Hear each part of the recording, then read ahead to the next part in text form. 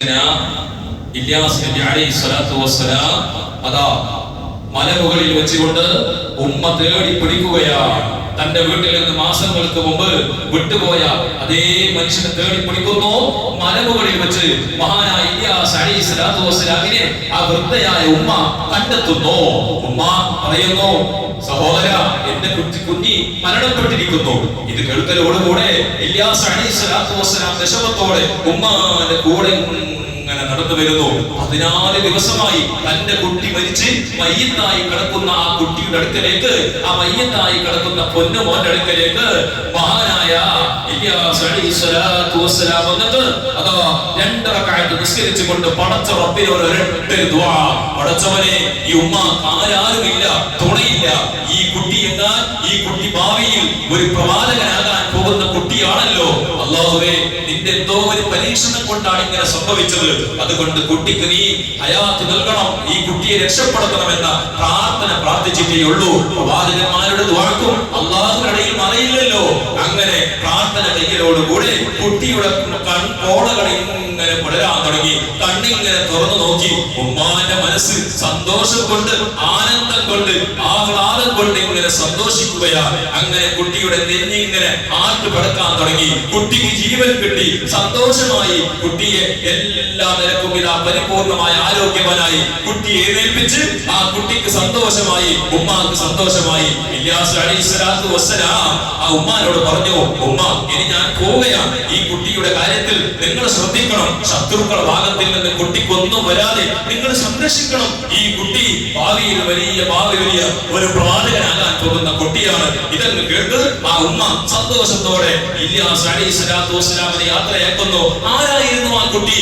അതാണ് മഹാനായ സയ്യിദന യൂസുഫ് നബി അലൈഹി സ്വലാത്തു വസ്സലാമിന്റെ സഹോദരൻ ബിന്യാമീൻ. ആ ബിന്യാമീനിന്റെ കുടുംബ പാരമ്പര്യത്തിൽപ്പെട്ട ഒരു മത്ത എന്ന് പറയുന്ന ഒരു മനുഷ്യനുണ്ടായിരുന്നു. ആ മത്തയുടെ മകനാണ് സയ്യിദന യൂനുസ് നബി അലൈഹി സ്വലാത്തു വസ്സലാം. ചരിത്രം കണ്ട ഏറ്റവും വലിയ പ്രവാചകനാണ് യൂനുസ്. ആ യൂനുസ് എന്ന് പറയുന്ന ചെറുപ്പക്കാരനിക്ക് മത്താക്കും മത്തയുടെ ഭാര്യക്കും പ്രായമായപ്പോൾ ദുആ ചെയ്ത് കിട്ടിയ ഒരു മകനാണ് യൂനുസ്. ആ യൂനുസ് എന്ന കുട്ടിക്ക് രണ്ടാമത് മരിച്ചിട്ട് ഹയാത്തായി. അങ്ങനെ ആ കുട്ടി ഇങ്ങനെ വളർന്നു വരുന്നു. ദിവസങ്ങളായി, മാസങ്ങളായി, കൊല്ലങ്ങളായി കുട്ടിയുടെ സ്വഭാവം വ്യത്യാസമാണ്. നാട്ടുകാർക്ക് പ്രിയങ്കരനാണ്, വീട്ടുകാർക്ക് പ്രിയങ്കരനാണ്. ആ നാട്ടുകാർ മുഴുവനും കുട്ടിയെ സ്നേഹിക്കുന്നു, ആദരിക്കുന്നു, ബഹുമാനിക്കുന്നു. കുട്ടിയിൽ യാതൊരു തിന്മയുമില്ല, കുട്ടിയിലൂടെ സൽസ്വഭാവം മാത്രമേ ഉള്ളൂ. നല്ല വ്യത്യസ്തനായ കുട്ടി. അങ്ങനെ ദിവസങ്ങൾ, കൊല്ലങ്ങൾ കഴിയുന്നു. മഹാനായ സയ്യിദന ഇല്യാസ് അലൈഹി സ്വലാത്തു വസ്സലാം ഈ ലോകത്തിൽ നിന്ന് വിട പറയുമ്പോൾ ആ സ്ഥാനത്തേക്ക് അല്ലാഹു സെലക്ട് ചെയ്യുകയാണ്. മഹാനായ സയ്യിദന യൂനുസ് നബി അലൈഹി സ്വലാമിനെ ഒരു സുപ്രഭാതത്തിൽ മുഖറബായ മലക്ക് ജിബ്രീൽ അലൈഹി സ്വലാത്തു വസ്സലാം വഹീ മുഖേന യൂനുസ് എന്ന് പറയുന്ന ചെറുപ്പക്കാരനെ പ്രവാചകത്വം കൊണ്ട് അല്ലാഹു ബഹുമാനിക്കുകയാണ്. എന്നിട്ട് ആ യൂനുസിനോട് പറഞ്ഞു, യൂനുസ്, നേരെ പോകണം. എവിടെയാണ് ദഅവത്ത് നടത്തേണ്ടത്? ദഅവത്ത് നടത്താൻ ഒരു പ്ലേസ് പറഞ്ഞു കൊടുത്തു. ഈ സാധാരണ പോലെയല്ല, ഒരു സ്ഥലം നിശ്ചയിച്ചു കൊടുത്തു. ആ സ്ഥലത്താണ് നിങ്ങളുടെ ഏരിയ, അവിടെ നിങ്ങൾ പോയി ദഅവത്ത് നടത്തണം. എവിടെയായിരുന്നു അത്? അതാണ് നീനവ. ഇന്നലെ നമ്മൾ പറഞ്ഞല്ലോ, നീനവ എന്ന് പറയുന്ന പ്രദേശത്തേക്ക് യൂനുസ് അലൈഹിസ്സലാം അന്തം പോയി. എന്താണ്, എവിടെയാണ് ഞാൻ പോകേണ്ടത്? നീനവയിലേക്കോ? നീനവയാണെങ്കിൽ രാജാക്കന്മാർ, വലിയ വലിയ തലകൊമ്പന്മാർ, വലിയ വലിയ കോടീശ്വരന്മാർ, അഹങ്കാരികൾ, വലിയ വലിയ അക്രമകാരികൾ പലസ്തീനിൽ നിന്ന് ആയിരക്കണക്കായ ആളുകളെ അതാ യുദ്ധം ചെയ്തിട്ട് തടവുകാരായി കൊണ്ടുവന്നിട്ട് കൃഷിയും കച്ചവടം ചെയ്ത് സമ്പത്ത് കൊണ്ട് മതിമറന്ന് ജീവിക്കുന്ന ഒരു സ്ഥലത്തേക്കാണോ ഞാൻ പ്രവാചകനായി പോകേണ്ടത്? ഞാനൊരു ബലഹീനനാണല്ലോ. അല്ലാഹു പറഞ്ഞു, യൂനുസ്, നിനക്ക് കഴിവ് തരുന്നത് ഞാനാണ്. നിന്റെ നീതി പോയി നിന്റെ ദഅവത്ത് നടത്തുക, ബാക്കി കാര്യങ്ങൾ മുഴുവനും ഞാൻ ചെയ്യും. നിനക്ക് ദഅവത്ത് നടത്തേണ്ട കാര്യമേ ഉള്ളൂ. ഏക ഇലാഹായ അല്ലാഹുവിലേക്ക് ആ ജനങ്ങളെ ക്ഷണിക്കണം. ക്ഷണിക്കുക എന്നൊരു ഡ്യൂട്ടി മാത്രമേ ഉള്ളൂ. ഹിദായത്ത് അല്ലാഹു കൊടുക്കുകയാണ്. നമ്മൾ വയല് പറയുകയാണ്, അല്ലാഹുവാണ് ഹിദായത്ത് കൊടുക്കുന്നത്. ചില ആളുകൾ പറയും, കുറേ കാലം വയല് പറഞ്ഞില്ലേ, ഒരാളും നന്നായില്ല. വയല് പറയുന്നവന്റെ ഫോൾട്ട് മാത്രമല്ല, ആരെ ഫോൾട്ട് കൂടിയുണ്ട്? അവന്റെ ഹൃദയത്തിൽ ഈമാൻ, ഹിദായത്ത് അല്ലാഹു വെച്ചിട്ടില്ലെങ്കിൽ നന്നാവൂല. അങ്ങനെ യൂനുസ് നബി അലൈഹി സ്വലാത്തു വസ്സലാം നേരെ നീനവ നാട്ടിലേക്ക് പോയി. ആളുകളോട് പറഞ്ഞു, രാജാവ് ഇവിടെ, അശ്വത് രാജാക്കന്മാരുടെ അടുക്കലേക്കൊന്നും അങ്ങനെ പോകാൻ കഴിയില്ല. ആളുകളോട് ഓരോ ആളുകളോട് ഇങ്ങനെ ദൈവത്തെ നടത്തി അല്ലാഹുവല്ലാതെ ഒരു ആരാധ്യനിൽ നിന്ന് നിങ്ങൾ വിശ്വസിക്കണം. നിങ്ങൾ വിശ്വസിക്കുന്ന, നിങ്ങൾ പൂജിക്കുന്ന ദൈവങ്ങളൊക്കെ അത് അസത്യമാണ്. നിങ്ങൾ സത്യം അല്ലാഹു മാത്രമാണ്, ഏകയിലാകുന്ന അല്ലാഹു മാത്രമാണ്. ആളുകളെല്ലാം പരിഹസിക്കാൻ തുടങ്ങി. എന്താണ് ഈ പറയുന്നത്? അല്ലാഹുവാണോ? എവിടെ നിന്റെ അല്ലാഹ്? ആളുകൾ ഇങ്ങനെ പരിഹാസ രൂപത്തിൽ ഇങ്ങനെ പരിഹാസത്തിലൂടെ യൂനുസ് നബി അലൈഹി സ്വലാമിനെ നിരുത്സാഹപ്പെടുത്തി. ദിവസങ്ങളായി മാസങ്ങളായി ആളുകൾ നന്നാകുന്നേയില്ല, ആളുകൾ ആരും സ്വീകരിക്കുന്നില്ല. രാജാക്കന്മാരാണെങ്കിൽ പരിഹസിച്ചുകൊണ്ട് യൂനുസിനെ കല്ലെറിഞ്ഞ് ആടിച്ചുകൊണ്ട് ഭ്രാന്തനാണെന്നൊക്കെ പറയാൻ തുടങ്ങി. വിരളിലെണ്ണാവുന്ന ആളുകൾ മാത്രം കിട്ടി യൂനുസ് നബി അലൈഹി സ്വലാം. യൂനുസ് നബി അലൈഹി സ്വലാം കുറച്ച് ദേഷ്യം കൂടുതലുള്ള വ്യക്തിയാണെന്നാണ് ചരിത്രം പറയുന്നത്. കുറച്ചുകൂടി ദേഷ്യം കൂടുതലുള്ള വ്യക്തിയായിരുന്നു. അങ്ങനെ ബഹുമാനപ്പെട്ട യൂനുസ് നബി അലൈഹി സ്വലാമിലേക്ക് ആകെ മനസ്സിന്റെ ഉള്ളിൽ ഒരു നിരാശ വന്നു.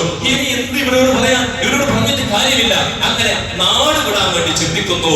മഹാനായ യൂനുസ് നബി അലൈഹി സ്വലാത്തു വസ്സലാം നീനവ എന്ന് പറയുന്ന നാട്ടിൽ നിന്ന് അല്ലാഹുവിന്റെ കൽപ്പന വരുന്നതിന് മുമ്പ് നാട് വിടാൻ വേണ്ടി തിരിച്ചു. ആളുകൾ ചോദിക്കാൻ തുടങ്ങി, എവിടെ, എന്താ നിങ്ങൾ ഇങ്ങനെ പരിഹാസ രൂപത്തിൽ? ആ സമയത്ത് യൂനുസ് നബി അലൈഹി സ്വലാമിനോട് ചോദിച്ചു, ഇപ്പൊ നിങ്ങൾ ശിക്ഷ വരിക? പറഞ്ഞു, 40 ദിവസം കഴിഞ്ഞാൽ ഇവിടെ ശിക്ഷ വരും എന്ന് പറഞ്ഞപ്പോൾ ആളുകൾ അതിനെയും പരിഹസിച്ചു. എന്ത് 40 ദിവസം? ഇത്രയും മനോഹരമായ ഈത്തപ്പന തോട്ടങ്ങൾ, ഇത്രയും വലിയ വലിയ കൊട്ടാരങ്ങൾ നിന്റെ അള്ളാഹിനെ കൊണ്ട് നശിപ്പിക്കാൻ കഴിയോ എന്നൊക്കെ പരിഹസിച്ചുകൊണ്ട് പരിഹാസ രൂപത്തിൽ കണ്ടപ്പോ യൂനുസ് നബി അലൈഹി സ്വലാമിന് മനസ്സാകെ നിരാശയായി നാട് വിടാൻ വേണ്ടിയായി. അങ്ങനെ പിറ്റേ ദിവസം നോക്കുമ്പോ യൂനുസിനെ നാട്ടിൽ കാണുന്നില്ല, എവിടെയും കാണുന്നില്ല. ആളുകൾ ഇങ്ങനെ പറയാൻ തുടങ്ങി, എവിടെ? ഇന്നലെ ഒരു യൂനുസ്, ഒരു പ്രവാചകൻ എന്ന് പറഞ്ഞ് നടന്നൊരു വ്യക്തി ഉണ്ടായിരുന്നല്ലോ, എവിടെ? ആളുകൾ പറഞ്ഞു, എവിടെയെന്ന് അറിയില്ല. തന്റെ ഭാര്യയും 2 മക്കളെയും കൂട്ടി നാട് വിടുകയാ.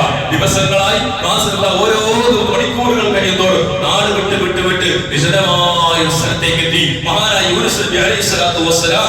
എന്നിട്ട് ഒരു സ്ഥലത്തെത്തുമ്പോൾ ഒരു മരച്ചുവട്ടിയിൽ വെച്ചിട്ട് തന്റെ ഭാര്യയും മക്കളെയും വരുത്തിയിട്ട് മഹാനായ യൂനുസ് നബി അലൈഹി സ്വലാത്തു വസ്സലാം മലമൂത്ര വിസർജനം നടത്താൻ വേണ്ടി പോയി. അങ്ങനെ വന്നു നോക്കുമ്പോ ആ വഴിയിലൂടെ ഏതോ നാട്ടിൽ നിന്ന് നായാട്ടിന് വന്ന രാജാവും പട്ടാളവും ഉണ്ടായിരുന്നു. ആ സമയത്താണ് മരച്ചുവട്ടിൽ സുന്ദരിയായ ഒരു സ്ത്രീയെ കാണുന്നു.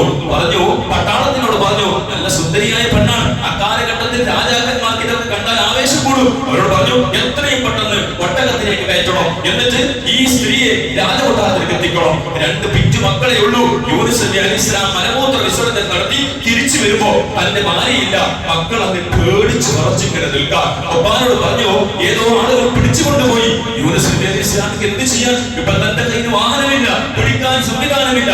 അല്ലാഹുവിൽ തവക്കുൽ ചെയ്തു. പടച്ചവനെ നീ കാക്കണേ അല്ലാഹ്, എന്നെ നീ പരീക്ഷിക്കുകയാണല്ലോ അല്ലാഹ്. അങ്ങനെ നിരാശയോടുകൂടെ അങ്ങനെ യൂനുസ് നബി അലൈഹി സ്വലാത്തു വസ്സലാം തന്റെ മക്കളെയും കൂട്ടി നേരെ പോകുന്നു. ഒരുപാട് മണിക്കൂറുകൾ നടന്ന് ദിവസങ്ങൾ നടന്ന് നോക്കുമ്പോ ഇനി അങ്ങോട്ട് നടക്കണമെങ്കിൽ ഒരു വലിയ പരന്ന് കിടക്കുന്ന പുഴയുടെ അടുക്കലേക്ക് എത്തി. പുഴയിലാണെങ്കിൽ നിറയെ വെള്ളം ഒഴുകുകയാണ്. ആ പുഴ വിട്ട് എങ്ങോട്ട് പോകും? എങ്ങനെ പോകും? തോണിയില്ല, ബോട്ടില്ല, സംവിധാനമില്ല, ഒന്നുമില്ല. അങ്ങനെ മഹാനായ യൂനുസ് നബി അലൈഹി സ്വലാം കുറേ നേരം ഇങ്ങനെ ചിന്തിച്ചു, എങ്ങനെ അങ്ങോട്ട് പോകാതിരിക്കാൻ കഴിയില്ല. ഇനി ഇങ്ങോട്ട് തിരിച്ചു വരില്ല.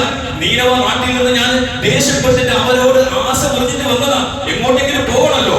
അങ്ങനെ തന്റെ ആ യൂനുസ് നബി അലൈഹി സ്വലാത്തു വസ്സലാം ചിന്തിച്ചു, എങ്ങനെ തന്റെ മക്കളെ രക്ഷപ്പെടുത്തും. അങ്ങനെ തന്റെ മനസ്സിലൂടെ മൈൻഡിലൂടെ ഒരു പുതിയ ഒരു ഐഡിയ വന്നു.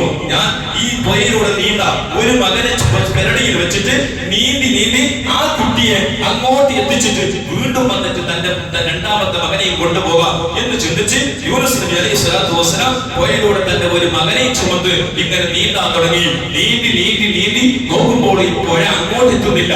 നദി മധ്യത്തിലേക്ക് എത്തുമ്പോ വെള്ളത്തിന്റെ ഒഴുക്കുകൊണ്ട് തനിക്ക് രക്ഷയില്ലെന്ന് തോന്നി.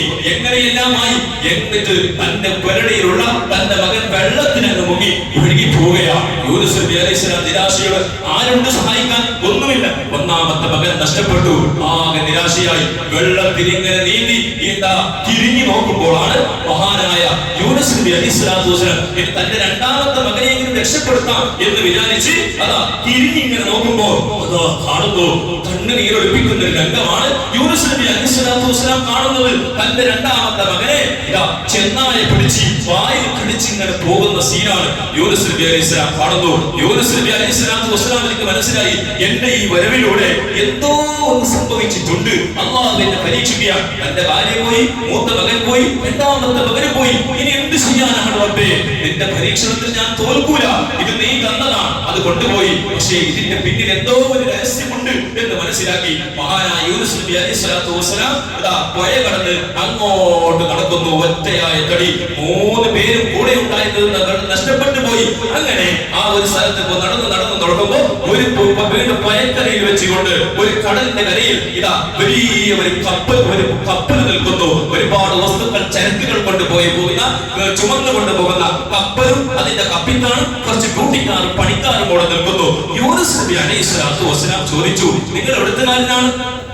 ഞങ്ങൾ ഇന്ന നാട്ടിൽ നിന്നുള്ള ആളുകളാണ്. എവിടെയാ പോകുന്നത്? ഇന്ന സ്ഥലത്തേക്കാ പോകുന്നത്. എന്നെ ഒന്ന് കൊണ്ടുപോകുമോ എന്ന് ചോദിച്ചു. ആ സമയത്ത് മഹാനായ യൂനുസ് നബി അലൈഹി സ്വലാത്തു വസ്സലാമിനോട് അവർ ചോദിച്ചു, നിങ്ങൾ ആരാണ്?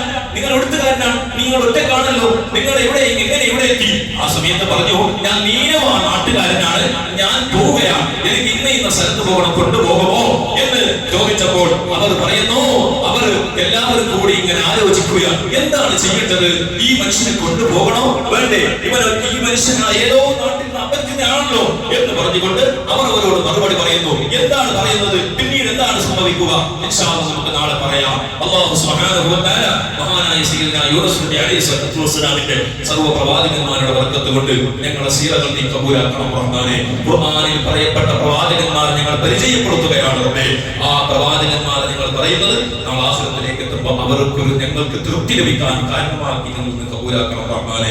ആ പ്രവാചകന്മാരുടെ ബർക്കത്ത് കൊണ്ട് ഞങ്ങൾക്കും ഞങ്ങളുടെ മാതാപിതാക്കൾ, ഞങ്ങളുടെ ഉസ്താദുമാർ, ഞങ്ങളുടെ മശായിഖുകൾ, ഭാര്യമാർ, വേണ്ടപ്പെട്ടവർ, ഞങ്ങളെ സഹായിച്ച സ്നേഹിച്ച സർവ്വ ഗുണകാംക്ഷികൾ അല്ലാഹു ഈ ചരിത്രം കേൾക്കാൻ വേണ്ടി ഇത്രയും സമയം ഇരുന്ന് ഇതിനോട് സഹകരിച്ചവർക്കെല്ലാം നീ ഹൈറും ബർക്കത്തും റാഹത്തും നൽകണേ അല്ലാഹ്. ഹലാലായ സന്ദേശങ്ങളെല്ലാം നീ ആശീർവദിക്കണം റഹ്മാനേ. കച്ചവട ജോലികളിൽ ബർക്കത്ത് നൽകണേ അല്ലാഹ്. ഈമാനും തഖ്വയും നീ ഏറ്റിത്തരണേ റഹ്മാനേ. പെട്ടെന്നുള്ള മരണങ്ങളെ തൊട്ട് അപകട മരണങ്ങളെ തൊട്ട് കാക്കണം അല്ലാഹ്. വാലിമീങ്ങൾ, ദുൽമുൻ, സാഹിരീങ്ങൾ, സിഹ്ർ, ഹസദീങ്ങൾ, ഹസദ്, ആയിലീങ്ങൾ, ആയിലി എല്ലാ നിലക്കുള്ള ശർറുകളിൽ നിന്ന് ഞങ്ങളെയും ഞങ്ങളുടെ എല്ലാ കാര്യങ്ങളും ലോക മുസ്ലിമീങ്ങൾ നീ കാത്തു സലാമത്താക്കണം റഹ്മാനേ. അല്ലാഹു ഇന്നത്തെ നോമ്പ് തുറക്ക് വേണ്ടി സഹായിച്ചവർ, കഴിഞ്ഞ ദിവസങ്ങളിലെല്ലാം നോമ്പ് തുറപ്പിച്ച ആളുകൾ എല്ലാവർക്കും നീ അർഹമായ പ്രതിഫലം നൽകണം റഹ്മാനേ. അവർക്കും ഞങ്ങൾക്കും നാളെ സ്വർഗ്ഗത്തിൽ ഒരുമിച്ച് കൂടാൻ നീ തൗഫീഖ് നൽകണേ അല്ലാഹ്. ഈ റമദാനിനെ ഞങ്ങൾക്ക് അനുകൂലമായി സാക്ഷി പറയുന്ന രീതിയിൽ ഞങ്ങൾക്ക് നീ കബൂലാക്കണം റഹ്മാനേ. അല്ലാഹു ഈ കൊല്ലത്തിന്റെ ലൈലത്തുൽ ഖദറിന്റെ പൂർണ്ണമായ പ്രതിഫലം കരസ്ഥമാക്കുന്ന സൗഭാഗ്യ സദ്ഗുണ മുത്തഖീങ്ങൾ ഞങ്ങളെയും മാതാപിതാക്കൾ, ഉസ്താദുമാർ, മശായിഖുകൾ, ഭാര്യമാർ, വേണ്ടപ്പെട്ടവർ എല്ലാവരും നീ ഉൾപ്പെടുത്തണം അല്ലാഹ്. പ്രത്യേക മാതാപിതാക്കളുടെ രോഗങ്ങളെല്ലാം നീ ശിഫയാക്കി തരണം റഹ്മാനേ. ദുആ സ്വീകരിക്കണേ അല്ലാഹ്. ബിഹഖ് സയ്യിദനാ മുഹമ്മദ് സ്വല്ലല്ലാഹു അലൈഹി